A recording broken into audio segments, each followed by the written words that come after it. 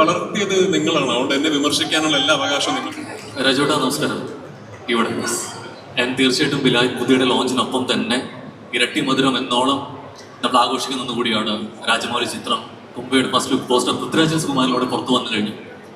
ഞാൻ കണ്ട മികച്ച നടന്മാരിൽ ഒരാളാണ് പൃഥ്വിരാജ് എന്ന് സാക്ഷാൽ രാജമൗലിയും പറയുന്ന ഒരു സമയം കൂടിയാണ്.